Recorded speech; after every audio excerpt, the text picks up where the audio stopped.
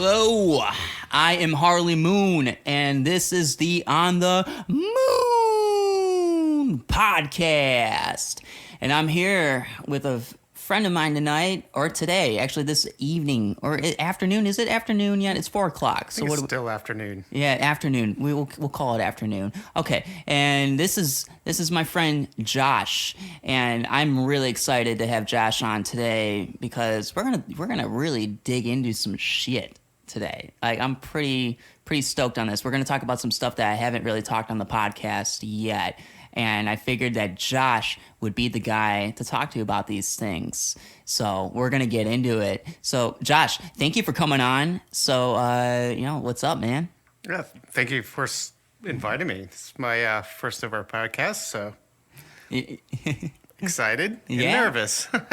Yeah. But thank you. Yeah, no, it's all good because, dude, this is only my 6th episode I've ever done. And you are my 3rd in-person guest. I had someone on the phone, but that would be Biz. Sorry, Biz. I don't know how much I want to count you on that, but I count you, man. All right, you're going to get mad at me now. Shit. All right, here we go. I can't wait to hear about this. So he's back in Detroit. So, fuck. So, Josh, do you remember how we met at all? Do you remember? I think we met through a mutual friend at the local spot down the street. Yes. Yeah. We just kind of started, I think, because, like, I've pretty much everyone that I've had on here, I've met through that spot. And just, I don't know, it was over the winter, I think. Yeah, I believe it was in the middle of lion season. And, Yeah. Trying to struggle through however that went last year. I'm not a Lions fan, so I can't really speak to that. Not that I'm not a fan. I'm just don't follow them. Yeah, well, I mean, not many do. Especially in the West Coast. But I think you were trying to find a spot where Lions fans were welcome. And I think that was a good fit for you. Yeah, well, I remember the first time I ever entered the bar. There was, as soon as I walked in, or when I sat down up in the bar counter area, which is where we would usually be sitting at. Oh, there used to be a bar? Yeah, there used to be. Wouldn't you know it? I don't even remember that anymore. I know. I'm starting to forget. Like, I'm starting to get accustomed to this new way of drinking at a public spot, or at least our place. Well, I don't think I'll ever become accustomed to it. It sucks. It does suck. Yeah. But it is what it is. Yeah. But anywho, there's that Lions banner that's just chilling below one of the TVs, and I saw that, and I had been here for a week, and I was like, what the fuck is? I'm like, why is there a Lions banner here? Like, it makes no sense to me. But it kind of spoke to me in a way of, like, basically the universe saying something to me about being in that bar at that particular point, and just being fresh off the boat, I guess you could say, in a sense. And eventually it led me to being acquainted with other regulars that do watch Lions games, and I ended up watching with them ever since. So and it's been pretty cool. But we ended up getting to know each other quite a bit over the last year, especially during, like, the winter time and before COVID hit. One thing that kind of struck me, though, big time with a conversation that we had was, I think it was just one random day or night, whatever, we just started getting into talking about space. And that's when I really started finding out about how smart of a guy you actually are. You're a really, really smart person. And that's one thing that really excites me about having you on today, is being able to talk about certain things. Like, you know a hell of a lot more about this shit than I do. And, like, we got into it about, I think we were, like, there was like we talking about like astronomy, to just the mysteries of space, and we talk about fucking aliens and all that shit. I want to get into that today. And there's also other stuff too, so I'm pretty excited to see where we go with all this. Yeah, so, and we were talking earlier about, I was telling you earlier before we got, before we started, we were talking, I was telling you about how, like, Joe Rogan had an episode that came out today, with Graham Hancock, who is very into Egypt, and he really got into origins of religion, and it's an episode that I think everyone should check out if they haven't yet. So check it out. So I don't know, man. Like, I mean, shit. Where do we begin with that? Like, yeah, I don't know. That's a lot of big directions to go, right? I know. And I don't claim to hold any great insider knowledge that someone like Graham Hancock has. I don't study. I don't have a degree in any of that. I just pick up things along the way, and I do my best to remember them. Yeah. Dude. I mean, I guess. Okay, I'll start it with this. I'll say this because one thing that I've been kind of like thinking about this a bit lately.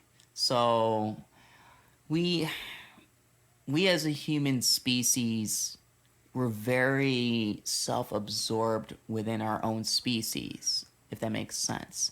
Meaning, we're so worried about our own issues and what's wrong with our society, and and a lot of us really don't think about, or even think of, to just look up into the sky and wonder about more what's out there, like the possibilities of, like, and basically condense it down to just thinking, like, man, we have all these issues going on here on this little planet, and this little miraculous planet, and we're so consumed by our own issues that we just don't think about, like, well, what's beyond this? What is, what else is out there? And, like, life on other planets, or what else was out there in the solar system, like Mars or Venus or whatever. I mean, we've talked about this before, or beyond that. So Extensively. And I believe, first of all, to think that we consider ourselves the top of the food chain here on this planet at the moment, but to think that we're the end all be all of our universe, and what could be even beyond that, is just really egotistical and short-sighted thinking. There's no way that's possible. In fact, I don't think we even have the intelligence to fathom what that looks like. You watch science fiction movies and aliens take a physical form, for the most part. Who's to say that even is the case? Who's to say there's not an alien in the microphone right now? Who knows if that energy that makes this sound come through and play on wherever you guys are listening isn't something sentient? Who knows? We don't know. There's something bigger than us. I agree. And I think what we're experiencing as humans on Earth is an experiment, where that come from, what our role in this is, I don't think anyone else knows. Who knows? Yeah, there's so many theories of why humans look the way that they do. Sure, evolution's one thing. We do. I don't think there really can be any argument that we did come from like apes or chimps or whatever. I think that's what it is. But the way that we evolved into looking the way that we are is kind of wild to me. And there's a couple of theories out there. One that really struck out to me. That's burp number one, by the way. As we're getting into Ding. Ding.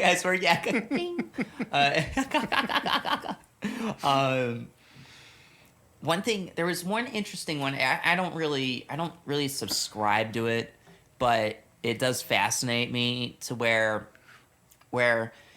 there's a belief that maybe there was an alien species that put humans on this planet as like basically it's sort of like a form of prison because we're so savage and we just we kill each other, we have war and all that kind of thing, and so it's either that and plus that there's observation going on that maybe there's an alien species or whatever is looking at us being like, all right, let's see how bad they're gonna be here, and or maybe it's not that at all. And I'm more on board with the fact that there could be aliens that, like when you see the UFO sightings, however you want to take it, there are so many different directions how you could take a UFO sighting, that maybe they're looking at us and they're either like taking a good look at us in such a way, or they're also like, well, we don't want to make contact with these motherfuckers because they're really hostile towards each other. What the fuck is this? And when you think of an alien species, you have to think of how much more evolved they are and how much more advanced in technology they must be, if it is that what it is. And to just really kind of think of it in a way where it's like, yeah, we're really fucking dumb then too. We're nowhere near that level if they're really looking at it like that. So like we're like lab rats, I guess, in a sense. And if I guess to like kind of do a comparison, scientists to rats. So Well, to your first point, the fact that someone may have come here at some point and helped evolve us from what we were to jump into what we are now. I mean, even science, there's a gap that they can't explain. mm-hmm. And who knows if we are ever going to explain it. But yeah, the ancient alien theory, right? That there was a race that came and put us in slavery to mine gold and all that stuff that you see on the History Channel all the time. Yeah. I don't mean to laugh because who knows, that could be the case. On some level, I think there's a lot of evidence and a lot of history that shows something was here and aided us in some point, but also at some point needs to let us have our childhood mistakes because we're still very much children. Yeah, we are. Or else we'd already be invited into something bigger than this. Yeah. That said, to think that there's only one faction is also pretty short-sighted, I believe. I think there's more than one. Some are good, some are bad. Some have some sort of physical form, some don't. You think about energy vampires and demons and these things from the past. Yeah, that could be something outside of our realm. Maybe alien, who knows? And then you get down the rabbit hole of what are the grays, that everyone talks about. I have always had a feeling that they're time travelers, that they are us. Oh, yeah. And we fucked something up along the way. And probably right around now seems they are around a lot in the last 40 years. Right. We're probably in the time that's very important for them to adjust. But if they are time travelers and you've seen Back to the Future, yes. Can they really come back and do anything that doesn't affect them in the future? Right. Yeah, like an alternate, like the alternate 1985 that Marty was in Back to the Future 2. Yeah. Changed the course of events. Yeah. Do you want to see Biff having a... Yeah, Biff. I always love the comparison of Biff in that alternate universe to like Donald Trump. Like I feel like we're in that kind of 1985. It's ironic the hair is the same. That's the fucking truth. Yeah, except he's missing the fucking sleazy outfit. That's the only thing Trump is missing on that. Well, Yeah. you don't see what he wears on Sundays. Ah, yeah, yeah. Well, maybe he's Or golfing. behind the scenes when he's eating some McDonald's. Yeah. 20 Cokes a day. Yeah. Oh, man. Yeah, I mean, and then that kind of makes me think about like the movie Interstellar. Yeah, did you watch that movie? I believe I've seen that Oh, one. you had to have. If you haven't, you have to fucking watch it. It's one of my favorite movies. I don't even know how I don't own it right now. It's, Matthew McConaughey. They go into a black hole. It's him and, oh shit, what was her name? She played Catwoman in one of the Dark Knight. Oh, I think movies. it's just the two of them on the ship that are awake. They woke up really early. There were a couple others. It was a crew, and they went and they found a black hole. Not the spoiler alert. The movie came out 6 years ago. Come on. So they find a black hole right by Saturn, and this is like in the future. And the reason why that they're curious about this because they need to find habitable planets. Because Earth was dying and the resources were dwindling. Like corn was like basically the last food resource in a sense, and so they spent a lot of time secretively finding these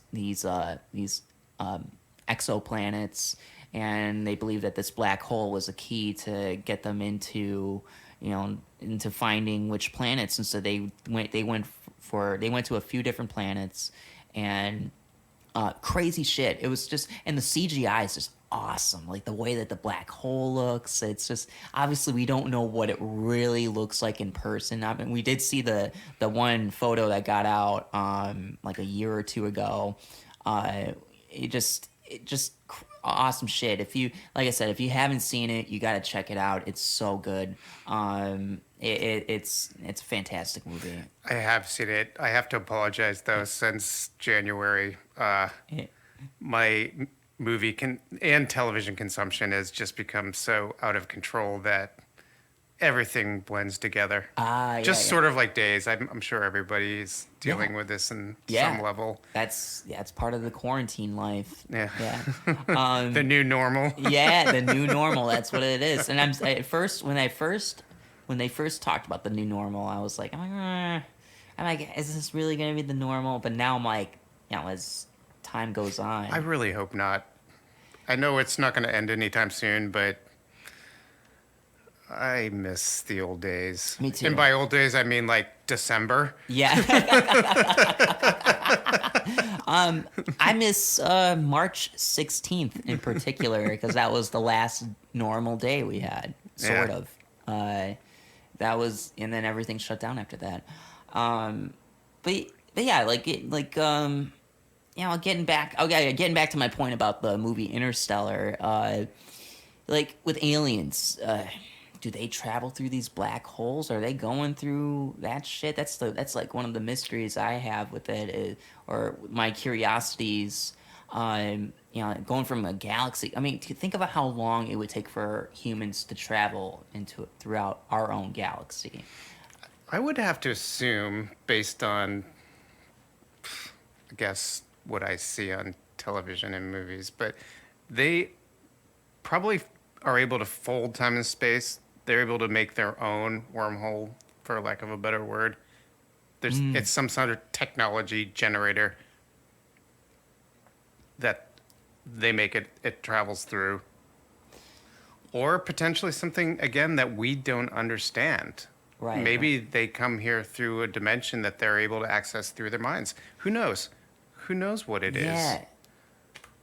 That's an interesting thing because at first, before I was gonna say it first was like think of Star Trek when they do the fucking that super speed that they go into, and well, in Star Wars does that too. But if you really think about that technology, because you see all those stars flipping by as they're warp speeding, all it takes is one little pebble, and that whole ship would be ripped to pieces. Oh, yeah, that's true. That's true. There's so much debris out in space. It can't be that. Yeah, think about this. Just to get to Mars, it's dangerous as fuck for humans to travel to Mars.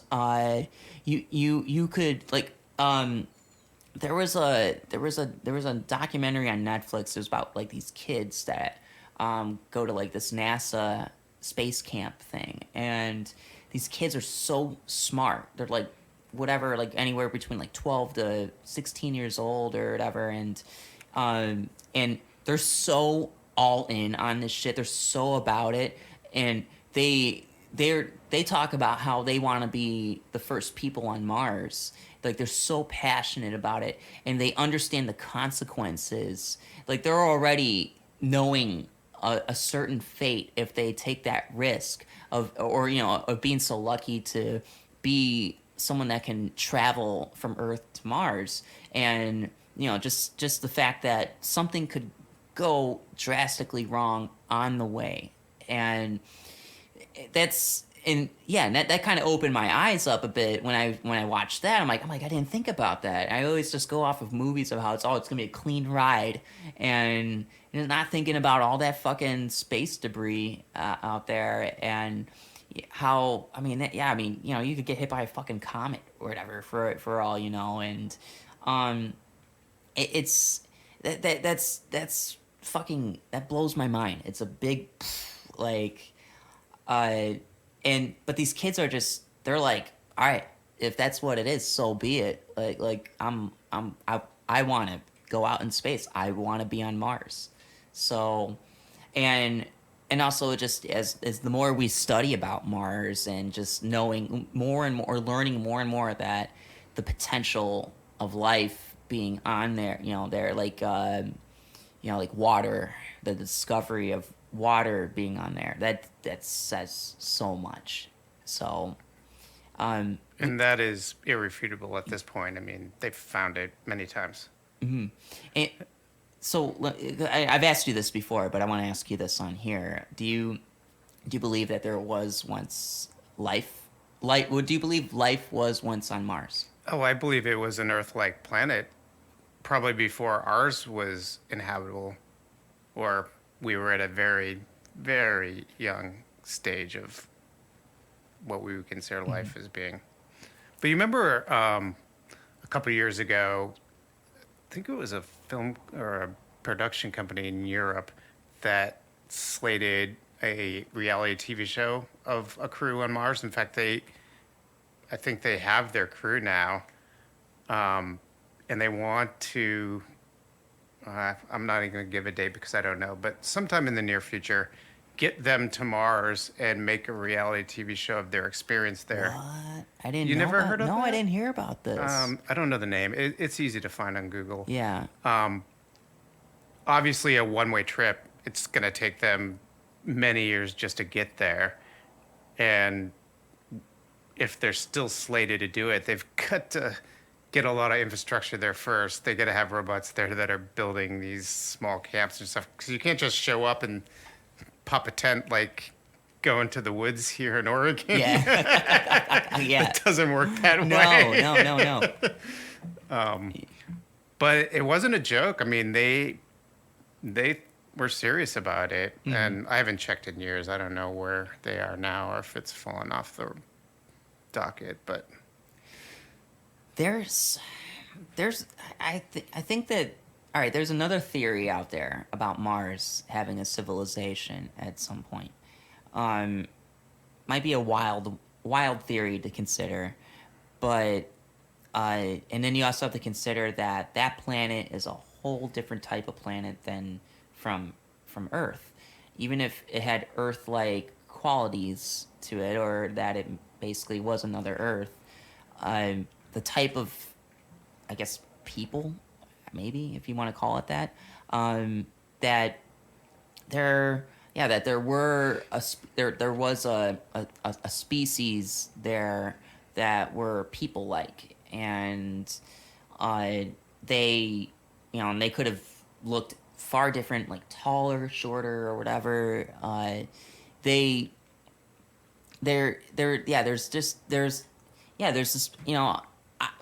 so I remember hearing about this, and I was thinking, like, maybe part of it, maybe that species may have moved to Earth at some point because they knew Mars was going to shit. And I don't know though. See, Well, that's there is definitely that school of thought. And just to go way out in left field somewhere, what if that were the case? What if they fucked up their planet so bad and then Earth was becoming more viable and they could get there pretty easily? And let's think maybe they even had similar DNA to us. Would it put it really out of the realm that as soon as they get here, they did the same exact thing that they did there? And look at the scenario we're in now. right. Yeah, yeah. Yeah, exactly. Exactly. Oh, another thing. We talked about this too about Venus, where because I did ask you that there, if the, you know, I was like, do you think that there was once life on Venus? You made some good points on why you didn't think so, but now recently, I don't know if you saw recently in the last couple of weeks, um, they discovered a possibility that there is a form of life on Venus, not like how us are animals and all that, but there is some type of living organism that could exist on there, and I forgot the name of it. It wasn't really that complicated of a word. God damn it. But it really fascinated me that somebody brought that up as a possibility, and even despite all the extreme conditions that planet has. Well, I hope I never said that Venus couldn't have or didn't have life, just not life as we expect it. Again, being Right. selfish humans, we model everything after ourselves. Yeah. But look at what they're finding in the bottoms of the oceans. These bacteria that live on volcanic, very sulfur-rich bubbles. Yeah. Right, right. I mean, We couldn't live that way. no but way. So does that mean there's something on that there couldn't be something on Venus that we don't know about? And just because they're a bacteria and here we don't give much intellectual credit to bacteria, does that mean they're not intelligent? That's a good question. That's a good question. I mean, think about here, like what's the most dominant thing that makes up this planet? As like, what's the thing that really gives life? And I, like talking about like fungi, like mushrooms and the mushroom kingdom. And Oh, are we moving into that? we can move into that. Yeah, yeah. I see this transition. Yeah, yeah. So when you think about it in that realm, the Mushroom Kingdom, and how fucking crazy that actually really is, we're made up of that too. So, that, to my understanding, that's a major, that's major for us as as us living today. Well, and I think a great transition into where I think you're trying to go. But all of that's living. Fungi, plants, animals, of which we're part of that, right? We're humans just part of animal, right?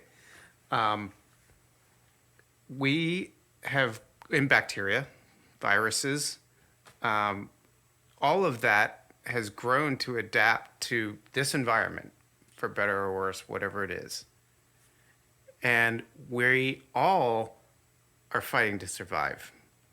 Even that bacteria, even the COVID-19, really, this is probably really fighting to survive. And we're fighting to kill it because it's not really great for us. But Yeah. it's part of this system, this ecosystem. Yeah. So and then kind of going back to like how you were talking about how Mars may have once been an Earth-like planet with with that potential for life and civilizations, that potential, and how Earth was just probably this molten rock. It's all volcano and that sort of thing, and it like it and just when that was going on with that possibility of Mars being that way, and once all the, I guess, when, if you want to call it, like when all the smoke cleared for the volcano shit, and just thinking about how the earliest form of life came about, and how it evolved into some living creature with like a heart and a brain, and like a just like an organ system, and just you know um, how that all came to be, and how long that took for that alone. Well, my theory about Earth and how life began here, I, I, I believe in panspermia. At some point we got water and it became a stable enough of a planet, and something hit us that had something from somewhere else, and it was able to get in the water and thrive and Right. evolve. And it's millions of years. I mean, come Yeah. on. Yeah. God. Oh my God, man. And then we go from that to having dinosaurs, to just to dinosaurs, to humans eventually coming about, dinosaurs, or humans living with the dinosaurs, um ice age, Multiple ice ages. yeah. Oh, yeah. That's true. That's true. God, it's just, God. Think about how we're just such a fucking bleep in time. This existence that we're living in right now is just a bleep in time, and how that was once a bleep in time. And So, how entitled are we to think that we're the end all be all best thing yeah, that's ever happened here? yeah, and then kind of go full circle here. We're so self-absorbed with our own issues as a species that we just don't think about the bigger picture. I just don't think I just don't think we think about life itself big enough. It's beyond, I think for, I don't want to say it's beyond comprehension. Well, it is beyond comprehension, because we don't know what brings us after we die. We don't know where we go. I mean, that's obviously, it's debatable to the religious person. I'm not religious. I don't think you are. Um, I like to go off the science, and the wonder of what is out there, because it is beyond comprehension. We have no idea what the next part of our, I guess our journey of our, I guess, our soul or spirit, like whatever you want to call it, whatever that means after this life is over for us, which is our life. Our lifetime is just, it's nothing. It's It's nothing. a we speck. we live, basically, we live for, if you want to talk about it in the grand scheme of things, we live for a couple of years, and then that's it. um you can't, so some people will think like, oh, when you die you go to heaven or you go to hell, or it's just black and you're nothing after that, and it doesn't matter, it doesn't mean anything.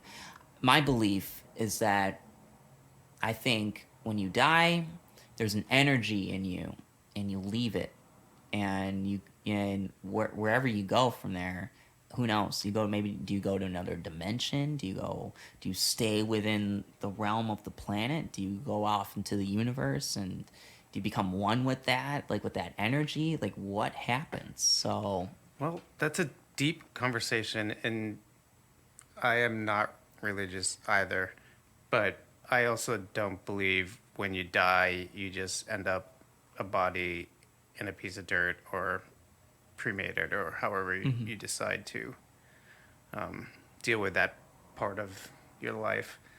But I believe body is one part and your body dies, but I think it's pretty much been proven scientifically there is a soul, and at the moment of death, there is something that leaves. It can't be measured through camera or sound. I mean, there's been that experiment of there is a weight that you lose instantly. Um, but I believe, yeah, there's a spirit. And obviously it's the biggest question we can ever have, right? Because it's the question we can never answer. Right. No Right. one's going to know. Who knows? I mean, there's the people that had near death that have come back and Yeah. have interesting stories. But to think that there's heaven or hell, I think, without going in that other direction, religion is a form of control. It's a no matter what religion you want to follow, it's a book of rules that teach people that need to have a book of rules what's right and wrong. Yeah. And what right and wrong is varies between them. And I think for the most part, they're all similar. But I think it's so much bigger than that. And I agree. my personal belief is we are trying to attain something bigger than this. But I think there are lessons. And for whatever reason, we ended up here experiencing humans. This is our existence. And we have lessons to learn before we graduate. Wow. Graduate. I like that. I like that a lot. I think that yeah, that speaks to me a bit. And who knows, our graduation might be the difference between like kindergarten to first grade, not like going to college or Yeah. anything. Yeah. We're probably Yeah. really way down the chain. Yeah, I've got a couple of things. I got a couple of points about how I feel about religion. Pretty much, you take. I think, I guess I'm agnostic. So, if whatever you believe in, that's cool with me. That's fine. It's if it's a form of guidance to make you a decent human being, if it's for that sense of purpose, for that, fine. By all means, don't shove it down my throat, though. Please do not do that. I got my own beliefs on what I believe in. I believe in the universe. That's kind of what I go off of. My religion, I guess, if you really overall, is the universe, and I think the universe gives me gut feeling on what I should or shouldn't do in this life. Like whether it is to take a risk or not, or just I guess rolling the dice, and or if you feel confident in doing something, these sort of decisions to make, I think that's what really drives me to do what I do and how I move forward. But then on top of it, but like to kind of talk about the Graham Hancock thing with the episode of Joe Rogan I was listening to earlier, they were really going off of about the origins of religion and how psychedelics really have played into a factor. There's actually these studies now to where it's just all but totally proven that that these religions started because of these people actually taking psychedelics and having these trips, and they see these things in it, and they all see the same thing. Like whether like I guess in the Middle Ages it was like elves or something like that, and these little people, yeah, and so there's these little people, and then yeah, and then nowadays it's being more viewed as aliens, like the typical aliens that you that you typically are known to, like the standard generic big head, gray, crazy, not crazy eyes, but the Large almond eyes. Yeah, the standard alien. Yeah, crack that motherfucker. So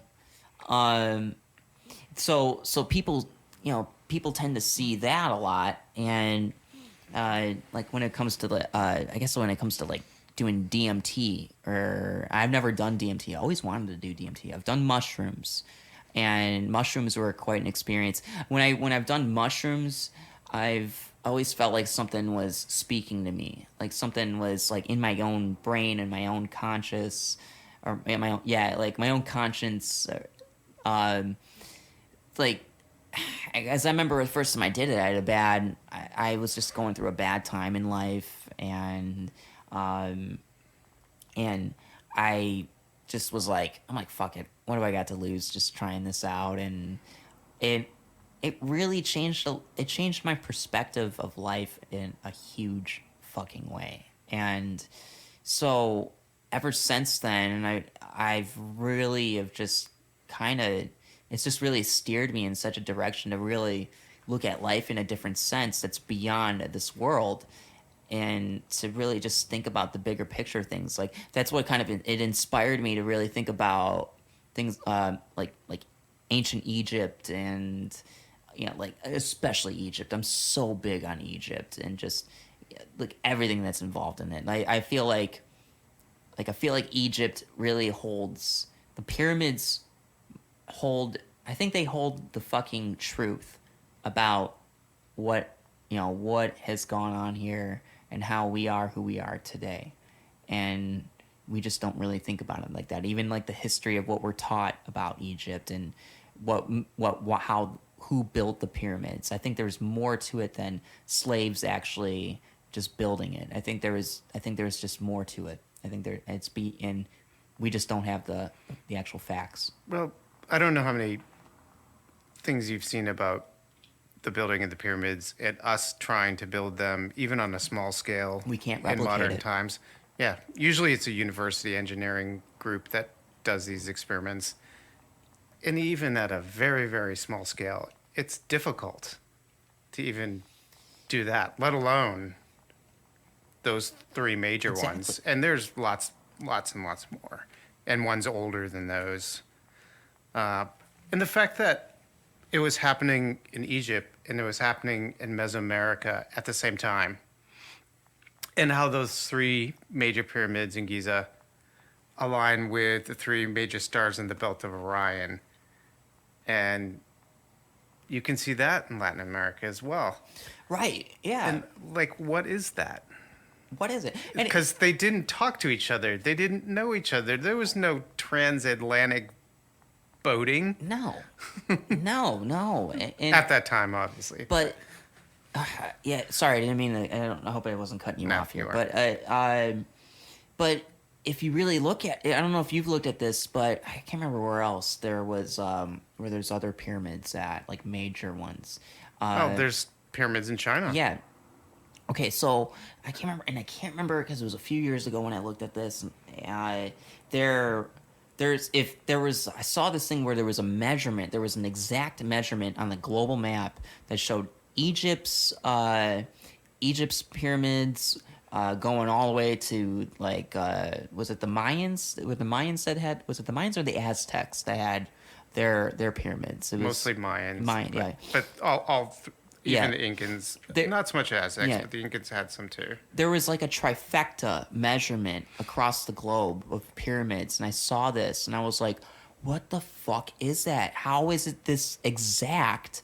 And it blew my mind, and I wish I could fully remember it. I'm not just talking shit, people. I know, man. No. If you just Google ley lines, Mm-hmm. and then they go straight through Stonehenge too, and they're energy hotspots on the planet where these lines converge. Yeah. And they all, and many people call it a pseudoscience because it's not in science books. Mm-hmm.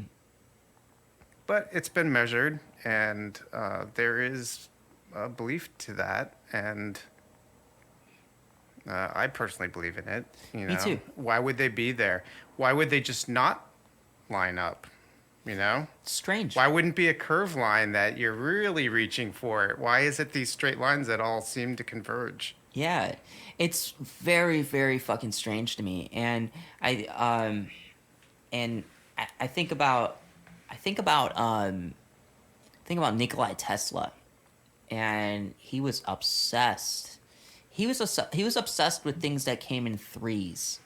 he had like a whole thing with this, with with his own endeavors. Three's a magic number. Yeah, yeah. He had a thing. He actually had a thing too before he would enter. What was it? He had his own like area, like his not his office. Well, I guess it was his office, but he had a he had his own facility. But before he would enter it, he would circle around it 3 times before going in or parking or whatever. And he had like he was really all about threes. And I think that number it's kind of a magical number. I kind of follow numerology in a bit too, and I got a whole thing with that, and it's just that's something that kind of blows my mind a bit, and it kind of freaks me out sometimes when I look at the clock or I look at a specific time. Like, it's weird shit, man. Like Oh, that happens to me all the time. Really? For me, it's 747. I see it every day. Yeah. Okay. I had 2 of them for me. For a long time, it was 1234. 1234 was one for me, and then 1113 has been more recent in the last couple of years. 1113 is weird for me. And the number 13 is another weird number for me. Maybe that's just me, like, kind of maybe overlooking it in a certain way, but it's a strange thing for me because I just look at this shit and it's just strange that, especially when something significant happens, like a certain event in the day that happens for me, and I randomly look at my phone, I'm like, oh, okay, what the fuck? So it's very weird to me how it's kind of unexplainable. And if you're someone that doesn't follow it or understand it, then you're not gonna get it.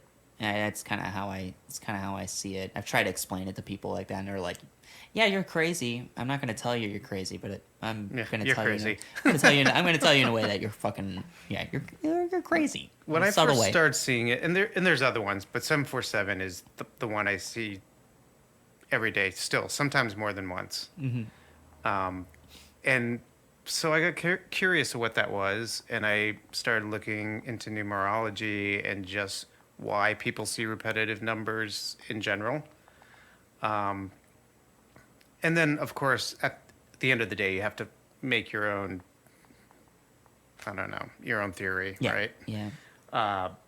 And for me, it reminds me that there's something bigger than me out there, and it's always here. It's always around us, and it can touch us at any time, sometimes in good ways, sometimes in bad ways. I'm not saying everything out there is good that is above us or below us, however you want to look at it. Yeah. Or a tangent. let's just leave it at tangent. But it's just a reminder to recognize that you are not the king of the world. Damn right. Damn right. We are part of a really, really big experiment. Mm-hmm. Yeah. Yeah, and I think that has a lot to do with consciousness. Being aware of your surroundings. If you can take yourself away from all these bullshit distractions that we're surrounded by on a day-to-day basis. Inundated. Yeah. It makes you, if you can just step back from that, then you can start looking at the world in a different way, rather than the typical fucking tabloids or pop culture, all that shit. And then when you do that, you start to realize how little all that shit really fucking matters. All that is entertainment. It's just, it entertains you. And yet... Does it even really do that? No. It just distracts us. It's, well, yeah. Yeah. And then, I guess to your point to that, it is a form of entertainment, but it just steers you away from really thinking deeper about things, I believe. Don't get me wrong. Like I'll dive into all this stuff. I'll dive into everything, and because some of this shit is entertaining to me. It's, I mean, shit. My whole thing, my whole like career field is entertainment. That's what I would like to be in overall at the end of the day, but doesn't take away from the fact that I do think about things bigger than what they are. I believe I believe in when it comes to humans, um, we get stressed out really. We can get very stressed out about shit to to the point to where it really gets to us. It can really get to our heads, and it can really make us feel like shit. And it can develop depression, anxiety, and whatever else that comes with that. And uh, and so I guess like one reason why I want to be in entertainment is to help you get away from that shit. Actually, have entertainment be a positive thing. You know. Yeah, and don't get me wrong. I value entertainment. I believe it's definitely an important part of our lifestyle. You and I have talked extensively about my obsession with live music, Yes. Yes. and how fortunate I was to see some really good live music Yeah. right Yeah. before this shutdown. I'm so lucky. But I also digest movies and TV all the time, Yeah. and sometimes I'm like, oh, I excuse myself because I'm going to learn something. Mm-hmm. That's a lie that I tell to myself. Other times I just want to shut off and watch Cheers or whatever. Yeah. The Simpsons. Absolutely. And although there's something to be offered probably in both of those if I wanted to pay attention, sometimes I don't want to pay attention. I just want to be entertained. Yeah. And that's important. We need it again because we are so inundated with our modern lives. It's hitting us from every direction.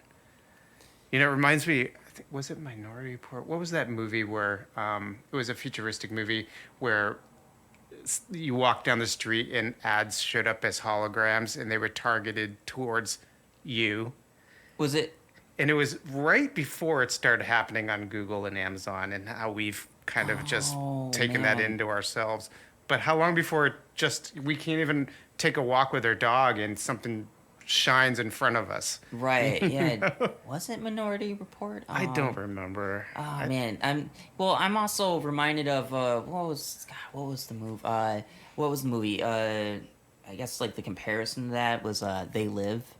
With the billboards. If you put on what was it, Roddy Piper? He put on these glasses, and he looked at a billboard and it said consume and obey and all that, and like that whole thing. And I And we're remember, getting that now with the internet. dude. And, Yeah. and we've gotten it so long now that we don't even. It's just part of it. Yeah. Oh, yeah. It is. It is, and that's kind of how I look at commercials on TV all the time. All I see is that shit, and I went on a whole tangent here with Justin a couple of weeks ago about there's a certain commercial, Cricket Wireless. There's this mascot. He's just this green blob thing. What the fuck is that thing? And so. I went on a whole rant about I did it at the bar because I really went off at the bar when I first saw it. I'm like, I had a couple of drinks, so I'm all, I got all fucking like, what the fuck is this motherfucker? And I even tried looking it up. I'm like, what is the Cricket Wireless mascot? And there was no explanation to it. I even went on Reddit. Reddit had no explanation to it. It's just this giant, to me, I call it a giant fucking booger, and it represents nothing. It's just some cutesy little thing to help get the message across on what they're selling to you. And like it's just kind of like, oh, that's kind of humorous. It's a little and it's just and But it's how hard to is that subscribe. also not a form of distraction? Yeah. As they're hitting you with all the stuff you're hearing about their plans and how they're better than this wireless whatever, probably in some monotone voice, your eyes, your visual sensory, is just watching this cutesy little green thing that really doesn't mean anything. Don't look too deeply into it. Yeah, and It's what you watch to be distracted visually while your ears are taking in their whole sales message. Yeah, it's very strange how that form of marketing actually works. Well, look at the drug companies. They do the same thing. Half of the commercial is about selling whatever drug. The second half of the commercial is all about the side effects. And they get into this, the top part of the commercial, it has all this inflection and it's this upbeat thing. And then the back half where they're giving the side effects, they get into this monotone. They always say may include, right? Yeah. They have to Right. have their Yeah, little may include. their marketing speak. But they get into this monotone language and they just downplay it.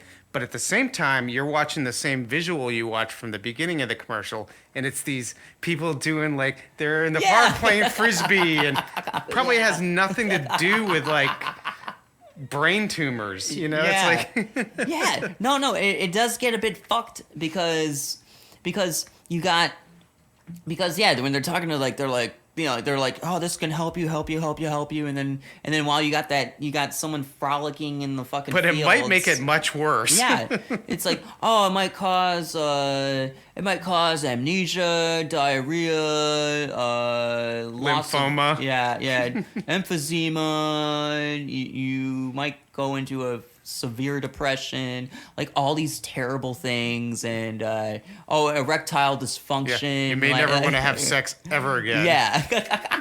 But that's okay. Yeah. Your eczema's gone. Yeah. Well, at least it solves that issue. So. I shouldn't laugh. It's not funny at all. Dude. It really isn't. Oh, I mean, yeah, but I'm gonna fucking laugh anyway because it's just, you know, but that's the, I don't know, that's the beef I got with marketing when it comes to that. It's just advertisement is just such a fucking motherfucker, and you know, whatever you got to do, I guess, if you're in that, if you're selling your product, you know, whatever it takes, I guess that's how you put it. And yeah, so it's pretty, I don't know. That's why when I look at commercials, I get angry. I get very angry, and I'm like, I can read it. You know, I read it for what it is in that sense. You know, I'm sort of in that industry. Yeah. But when commercials come on television, that's when I go to the bathroom, fill my water. Yeah. Wash my takeout that I've had for the last 6 months because who wants to cook in COVID by themselves? Gotta keep those restaurants open, right? Oh, yeah, and, right. Postmates working. Yeah, oh yeah. Sorry. Yeah. I shouldn't just plug them. Delivery services. Yeah. They're not paying me. Yeah, you know, there's just all these things that it's quite a wonder of. I'm lost my fucking thought already too. Marketing. Yeah. Oh, television commercials. Yeah. I mean, hey, marketing does work. It does work on me. I will admit, it still does work on me. I wouldn't have had a career if it doesn't. Yeah. And you know that I'm in the art end of it. I'm a graphic designer. I'm not the one that writes this stuff. I'm not the one that places it. I'm not the one that figures out who the target is. I'm the one down the line that information is already gathered and say, can you make something look like this? Yeah, right. Yeah. So I guess let me ask you this, because, well, how long have you been doing that for? Over 25 years. Oh, shit. Okay. All right. So you're a seasoned veteran in that field. I don't know, like, is it just, I mean, how do you, like, what's your mindset when you do this job? Is it just like another day in the office, or is it just like, you know, or do you think about honestly, it a certain way? I mean, I don't really want this podcast to get into something personal, but honestly, I'm burnt out. I feel like, you know, I'm in my mid-40s, and I've been doing this for a very long time, and given the climate of what our generation is, I'm not retiring anytime soon. So do I really want to do this for another 25 years? Mm-hmm. I really don't. Yeah. I'm burnt out. Like, I've spent the last, well, I put about 10 years of my career into cannabis marketing up until recently. And I got in at the very beginning of that when nobody was doing anything. Brands didn't exist. So I was able to ride a wave in that space that was really good because they needed a lot of help and they were emerging and people were coming into moving towards recreational, not just medical. And it was important to establish brands. And I was fortunate to be in that and experience that and be what I feel is a pivotal part. I don't know if that's real or not, but I feel that way. But I'm burnt out. Like, that industry is changing quickly. The last few companies I worked for were startups, and startups, as you know, don't necessarily have a high success rate. Mm-hmm. And it just kind of burned me out on the whole thing.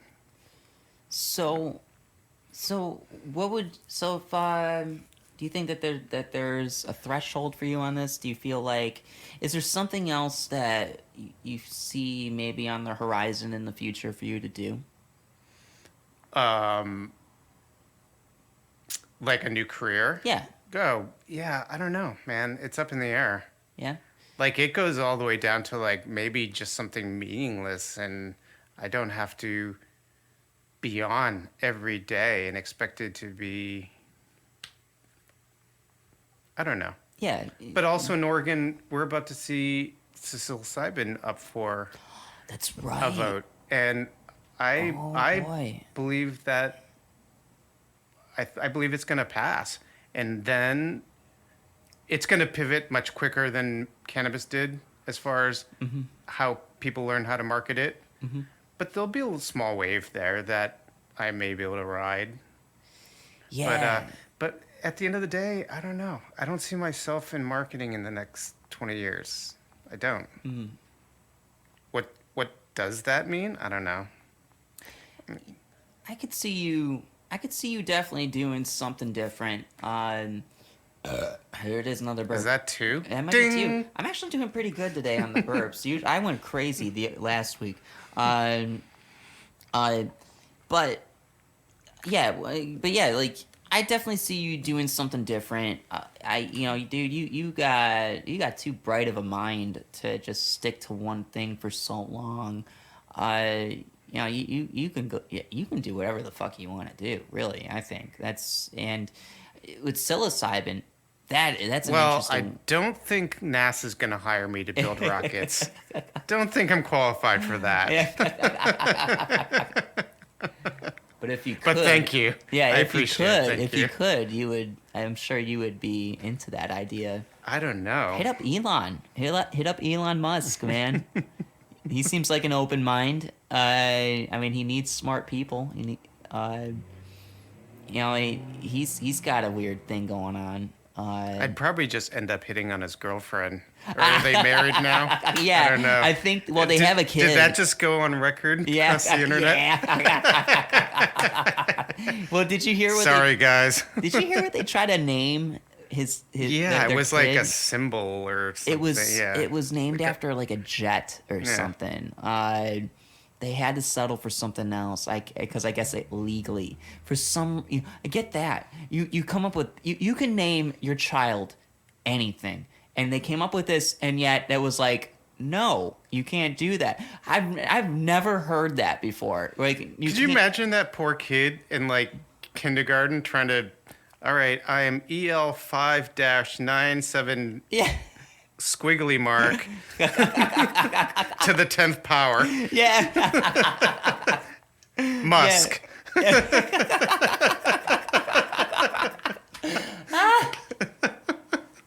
And by the way, I've got a car name after me. Yeah. Or perhaps a rocket ship, who knows? Right.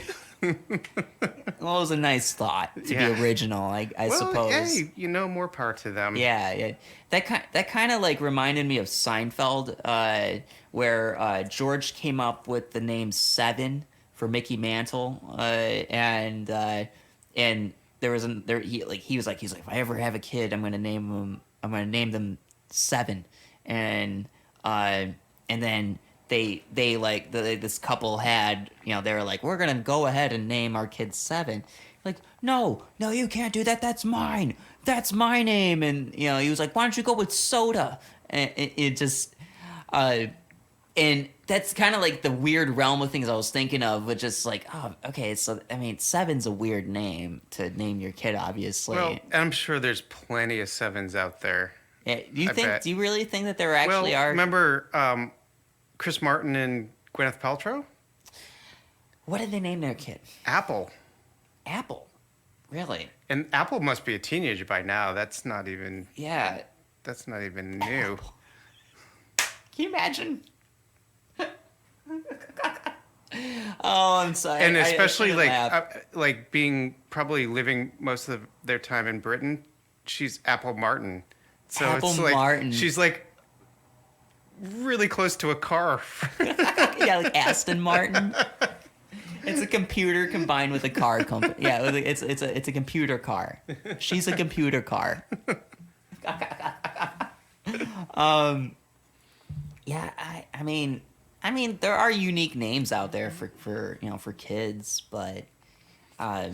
I wanted to name mine Ruby. Ruby? Well, that's a good name. name. My ex was pregnant, or I guess when we were pregnant, right? I had a role in that.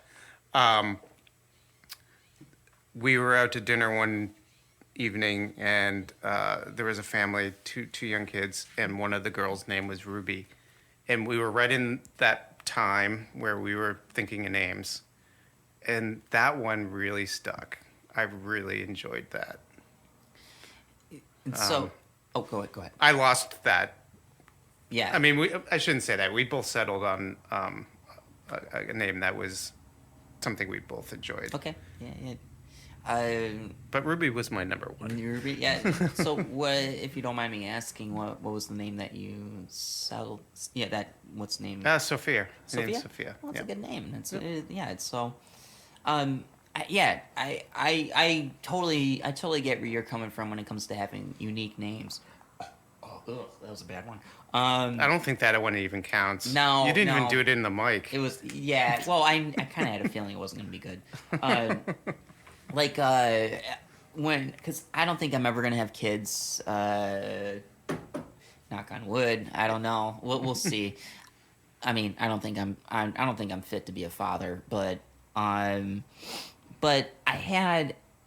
remember a long time ago, I had this thought where I was like, all right, well, if I ever have like a daughter, the name May actually kind of came to mind, Mae, and I was like, well, I feel like that would be a pretty cool name. Like, it's a classic name. Yeah, I like unique names.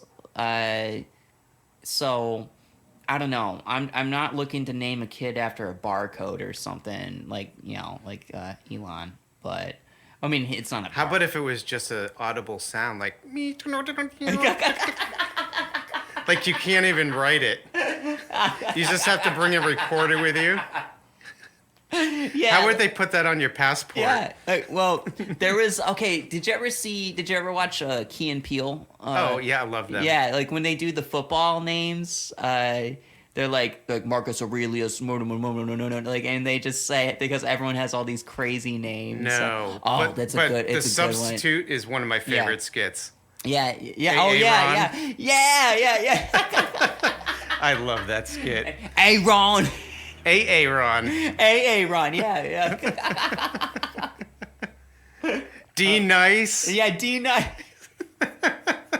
You mean Denise? Hey, don't even start with me. Don't you go. Oh my God! It's kind of crazy with Jordan Peele. How he goes when he went from he goes from that show to what he's doing now at like directing scary movies.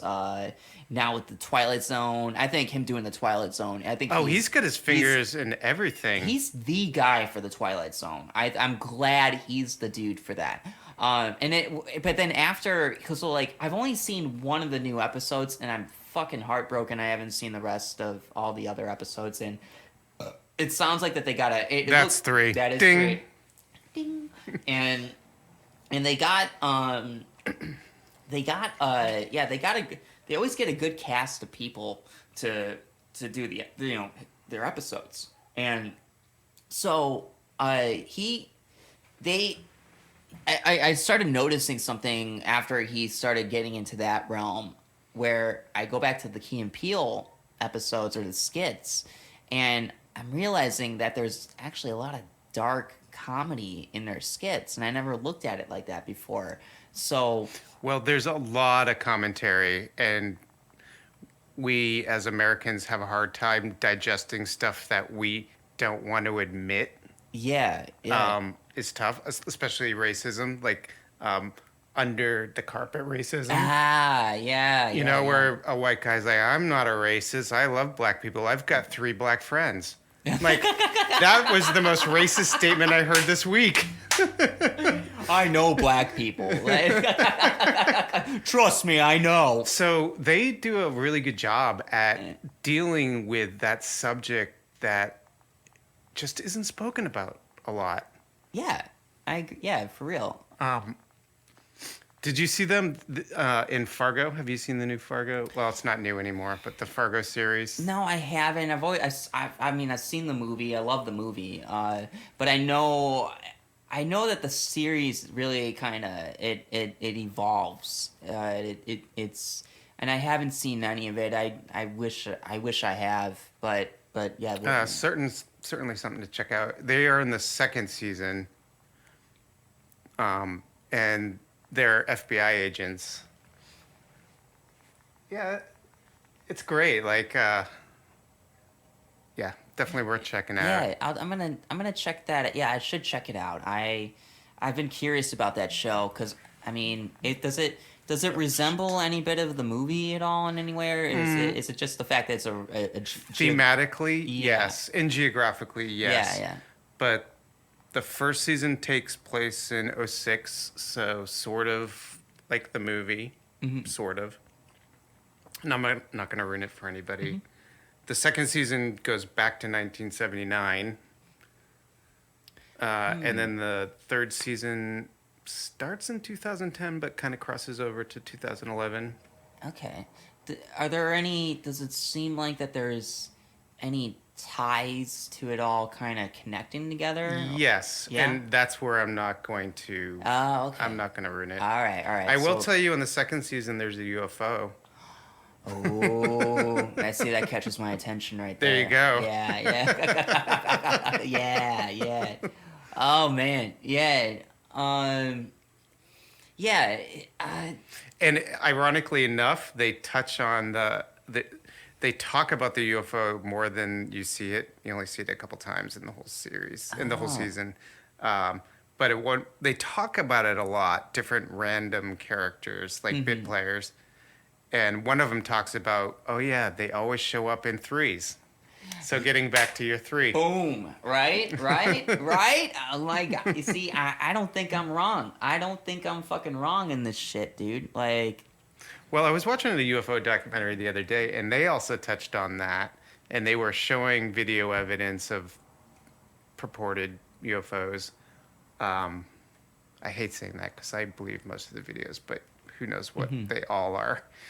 And then they were tying it into the pyramids of Giza and how that's aligned with the Belt of Orion. And when the UFOs are doing it here that we can see, it's sort of them saying hello in a way that we're supposed to understand in some way. But again, this is one person's take on a documentary that, for the most part, was kind of out there. But well, you know who Tom DeLonge is? He's he was the former frontman of Blink-182. Yep. Oh yeah, he's big into that. Yeah. He's got this. He's got a whole thing called To the Stars Academy, and he was the one that got the footage for the one UFO that the Navy footage. Yeah. And I loved that he put that he was the one that was able to put that out because in the music industry or with him, um, back in I think 2015 he left Blink, or he claims that he never left Blink, but they were moving on from him, and he was pursuing all this, and he had really spent a great deal of time. He was always fascinated by UFOs and aliens. I mean, shit, he wrote a song called "Aliens Exist," and it was a Blink song, uh, and so when he left to go, and the headlines were always like, "Oh, Tom DeLonge leaves Blink 182 to go pursue UFOs," and I was going to say, yeah, I'm sure the headlines were really not that yeah, favorable. no, they were making him look insane. They made him look crazy, and I, I remember even back then, I'm back that motherfucker. Like it sounds crazy, and sure, it's for 5 years ago sounds crazy, but now it doesn't sound crazy anymore, and he has a lot to do with the reason why it doesn't sound crazy anymore. He got involved with former government officials. He even ended up in the Pentagon talking to people. He's I think he has seen some shit that he can't talk about. I know somebody who actually had a conversation with him, and they had a certain conversation about some things that was enlightening, and I won't get into it because I don't want to get my friend in trouble. But it, yeah, like it just it everything kind of lines up to me where I'm looking at this dude to where he's looking at life in a different way right now, and he's now, he's really kind of stretching. I think he's starting to stretch the boundaries of conversation.